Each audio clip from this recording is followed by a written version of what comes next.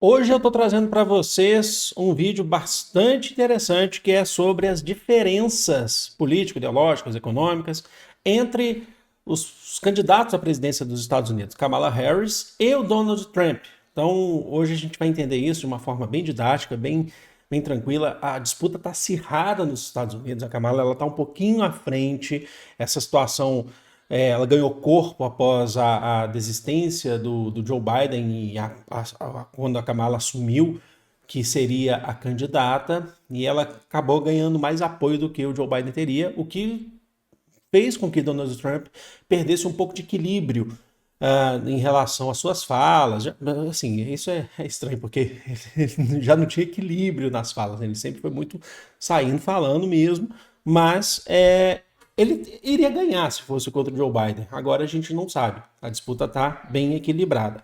Então já vamos lá abrir a tela para vocês. Então temos aqui, vocês estão me vendo aqui no cantinho, porque para deixar espaço aqui para mostrar o gráfico para vocês com mais tranquilidade. É bem tranquilo, gente, não tem mistério nenhum, mas vamos lá.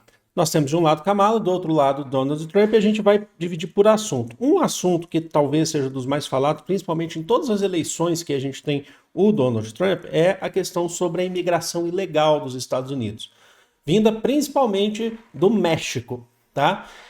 Esse assunto é um assunto geralmente muito falado. O que a Kamala defende? Ela defende que os imigrantes devem ter boa recepção nos Estados Unidos, os imigrantes, desde que eles sejam legalizados.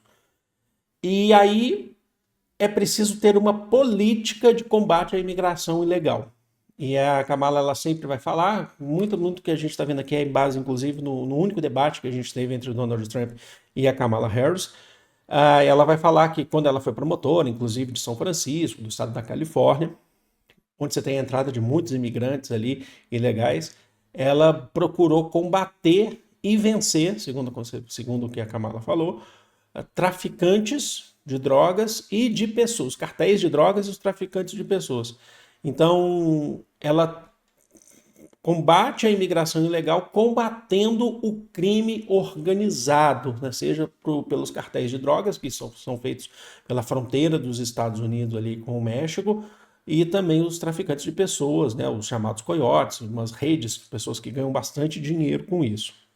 O Donald Trump ele já tem uma posição um pouco mais agressiva em relação a isso. Ele defende ele falou isso no debate, inclusive, que ele defende a exportação, a deportação em massa dos imigrantes ilegais, que ao todo nos Estados Unidos já se calcula ali cerca de 11 milhões, 12 milhões de imigrantes ilegais nos Estados Unidos. E ele diz que ele faria batidas policiais em locais de trabalho, quando você não tem o trabalho regularizado, os imigrantes ilegais eles acabam não podendo ter direitos trabalhistas nos Estados Unidos, por não poderem ser registrados.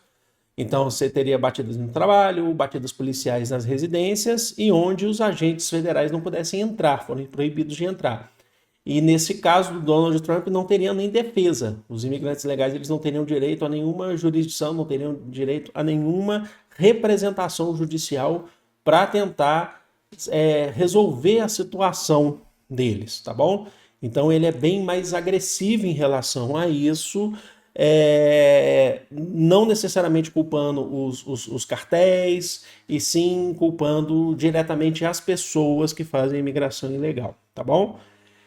O próximo ponto é o ponto do aquecimento global, que é um ponto clima em geral, né? Mas a gente fala principalmente por conta do aquecimento global. A defesa da Kamala Harris é a defesa da responsabilização das indústrias poluentes, principalmente advindas aí do petróleo nos Estados Unidos. Então, a responsabilização que isso pode ser feito por meio de taxação, pode ser feito por meio de multas, ou mesmo fechamento dessas indústrias, o que eu duvido bastante.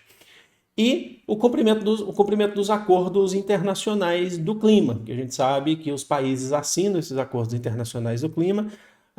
No governo do Donald Trump, que foi antes do Joe Biden, ele inclusive se retirou, se eu não me engano, do Acordo Internacional de Paris, que era o Acordo do Clima. Os Estados Unidos voltou pelo Joe Biden, então a Kamala ela pretende seguir as orientações dos acordos internacionais, segundo a defesa dela. Do lado do Donald Trump, há um processo de negação do aquecimento global, tá? Então vocês estão vendo aqui, ó, um processo de negacionismo sobre o aquecimento global, não necessariamente ele não faz esse debate. O Donald Trump ele trabalha com a ideia de que isso não é importante para os Estados Unidos, para a política dos Estados Unidos. Ele prefere, para ele, o que é mais importante é o combate à proliferação de usinas nucleares no mundo, tá? Que, segundo ele, não dá para você saber se tem fins pacíficos, na maioria dos casos, para ele, não tem fins pacíficos, e os Estados Unidos quer se manter como uma potência nuclear e dentro dos acordos, só ele com alguns de seus aliados. Então ele é contrário a isso. Então, por isso que ele bate de frente com o Irã, vai entrar em conflito com outros países também, como a China, por exemplo, tal. Então ele não debate a questão do aquecimento global por dizer que não é importante. Isso é uma forma de negacionismo, né? Vamos lá. Próximo passo aqui que a gente vai ter é a relação da Ucrânia e Rússia. É a guerra que está acontecendo de Ucrânia e Rússia. Tem vídeo recente no canal sobre isso também. Aqui tem uma diferença entre Kamala e Donald Trump em relação à Ucrânia e Rússia. Por quê? Porque Kamala Harris ela é assumidamente pró-Ucrânia, pró-Vladimir Zelensky. Certo? Vladimir Zelensky. Então, foi durante o governo de Joe Biden que iniciou essa guerra. A Kamala ela é a vice-presidente. Os Estados Unidos não mediu esforços e ele não enviou tropas para a Ucrânia, porque eu já expliquei isso para vocês, inclusive, porque a Ucrânia, como ela não faz parte da OTAN, a guerra se envolve entre um dos fatores por essa questão do envolvimento da Ucrânia com a OTAN, né? Acho que talvez o maior fator, mas é que a Ucrânia quer entrar na OTAN, mas como ela não entrou, a Rússia atacou a Ucrânia e ela não está atacando, então, uma força da OTAN, porque a Ucrânia ainda não é da OTAN, não é da OTAN. E isso, por exemplo, se a Ucrânia fosse da OTAN, isso estaria ferindo o artigo 5º da OTAN, que eu já expliquei para vocês várias vezes desde quando começou essa guerra, que aí quando você ataca uma força da OTAN, você está atacando todas, porque é a organização do Tratado do Atlântico Norte, tá bom? Mas eles utilizam do artigo 4, tá? O governo Joe Biden utiliza do artigo 4 da Conferência da OTAN, que diz que há uma ameaça. Então, potenciais ameaças, mesmo que o país não seja, ele faz fronteira com outros países que são pertencentes à OTAN, como por exemplo a Polônia, onde você tem muitos refugiados ucranianos. Então ele não envia soldados, mas ele envia recursos financeiros e envia equipamentos, tá bom? Contra o presidente da Rússia, Vladimir Putin. Do lado do Trump, a posição é um pouco duvidosa, tá? O Donald Trump chegou a afirmar no debate presidencial, e eu anotei tudo lá quando estava assistindo, que se ele fosse presidente, essa guerra não teria começado, porque ele ia sentar para conversar com Zelensky e com Putin e essa guerra não teria conversado. Ele foi acusado pela Kamala naquela altura de ter boas relações com Vladimir Putin. De fato, ele teve durante o governo relações com Vladimir Putin. Então, mas ele não defende necessariamente abertamente, isso que é importante, a Rússia invadindo a Ucrânia. Tá?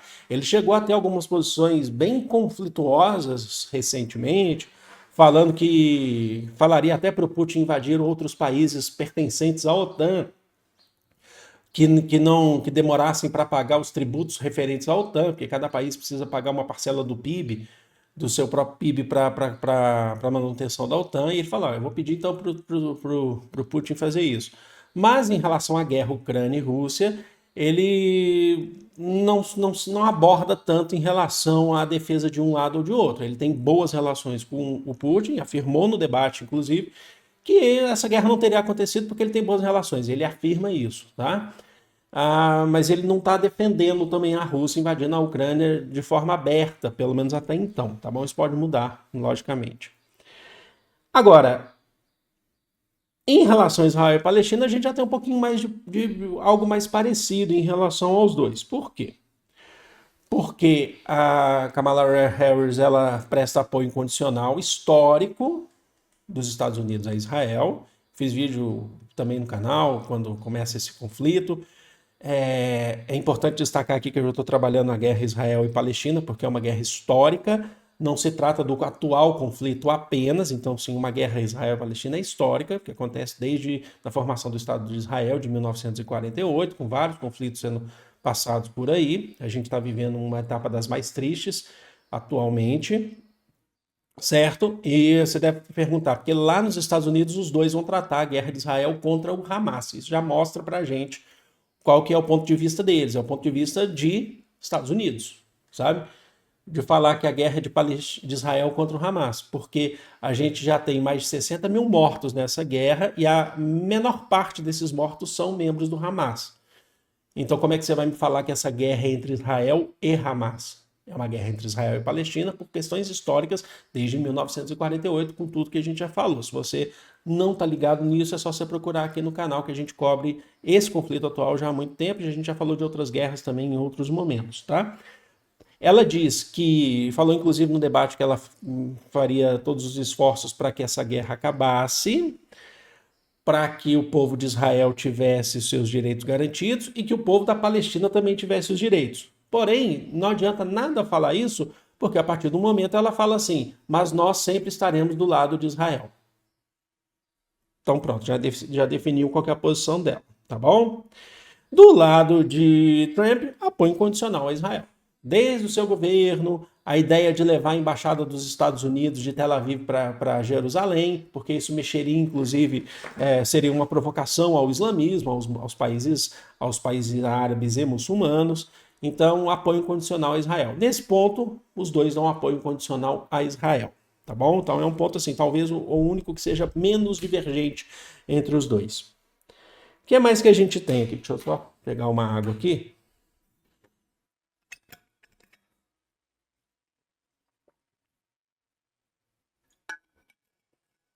Estou pegando aqui os pontos que seriam mais interessantes para a gente, tá bom? Direitos humanos nos Estados Unidos. Por que eu estou falando nos Estados Unidos? Porque não é internacionalmente, apesar da Declaração Universal dos Direitos Humanos, porque se você está ignorando o povo palestino, você não pode falar em direitos humanos fora dos Estados Unidos. Você concorda? Certo? Nem a relação Ucrânia e Rússia, nem a outras relações, outras guerras pelo mundo. Estamos falando do povo dos Estados Unidos, por questão interna. O que a Kamala faz? A Kamala defende, ela dá apoio às minorias, certo? Incluindo a comunidade LGBTQIA+. Inclusive, ela sempre ressalta que ela foi promotora em São Francisco, onde você tem a comunidade grande e ativa, e lá, ela sempre usando um pouquinho do seu passado, da sua história, lá ela conseguiu lá ajudar a promover vários casamentos, certo? Então, ela, segundo ela, você vai ter políticas de inclusão nos Estados Unidos. Aqui a gente tem uma divergência muito grande, porque o Donald Trump ele faz um discurso contra a comunidade, está aqui, ó, contra a comunidade LGBTQIA+, certo? É um discurso de repulsa, inclusive é muito parecido com o que você tem no Brasil, ele pega uma cópia do que a gente tem dos Estados Unidos, de falar sobre kit gay, sabe aquelas coisas todas, de mamadeira de piroca, aquelas coisas, tudo que é de fake news que já foi espalhado aqui no Brasil, lá nos Estados Unidos a gente tem também. Lá é o berço, né, dessas fake news. Afinal de contas, lá o marqueteiro da campanha do Trump, lá antigamente, lá o Steve Bannon, né, ele que também teve uma atuação aqui no Brasil, a gente sabe disso. Então sempre há um discurso contrário e o Trump ele apoia qualquer tipo de lei que possa retirar recursos das minorias nos Estados Unidos. Ok. Ok não, né? Isso é triste, mas vamos lá. Em relação à economia, agora vamos para a economia aqui, eu já passei o ponto de vista aqui da Kamala, porque aí falando dos Estados Unidos, é uma questão mais complexa, mas segundo, assim, de maneira bem direta para vocês e objetiva, do ponto de vista da Kamala, a gente tem ampliação do papel do Estado, certo? Professor, mas a Kamala não é liberal. Calma. Mas quando a gente fala em ampliação do papel do Estado, não é eliminando o liberalismo, tá? Principalmente em políticas sociais para enfrentar a crise inflacionária que os Estados Unidos está vivendo, que é altíssimo. Os Estados Unidos está vivendo algo que não vivia há muito tempo, uma crise inflacionária, e a Kamala ela tem a proposta de fazer uma intervenção do Estado, ainda que não fosse uma intervenção direta, uma intervenção um pouco mais sutil, mas principalmente com programas sociais, uma política assistencialista, certo? Ajudando famílias com rendas mais baixas nos Estados Unidos. Além do que, durante o debate eleitoral, a Kamala ela acusou o Donald Trump de boicotar o Obamacare, que era o plano de saúde nos Estados Unidos. O plano de saúde nos Estados Unidos é um negócio muito caro, mas o Obamacare era um sistema de plano de saúde que você tinha para famílias mais pobres, que era baseado no modelo do SUS aqui no Brasil, certo? Era baseado no modelo do SUS aqui no Brasil. E ela acusou o Donald Trump de tirar verbas, né, de boicotar, de destruir o Obamacare. Então, ela quer voltar a ter esse papel do Estado com uma intervenção um pouco maior do Estado na economia, principalmente em políticas assistencialistas.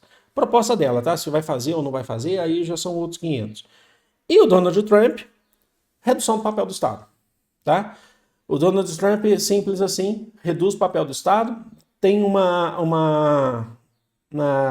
segundo Donald Trump, a presença do Estado atrapalha.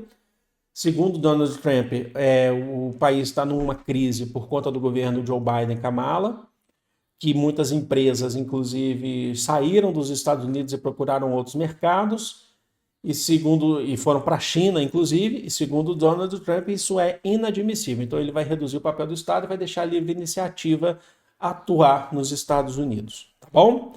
Esses são alguns dos pontos que eu quis trazer para vocês. Eu acho que está bem feito aqui o trabalho, acho que está bem condizente. São alguns pontos centrais, mas se a gente precisar colocar mais coisas, encaixar, vocês podem deixar aqui comentários, aqui são sugestões, são sempre muito bem-vindos, correções também, sempre muito bem-vindos e bem-vindas, tá bom? Vou ficando por aqui, amo vocês de coração, um grande beijo, fui!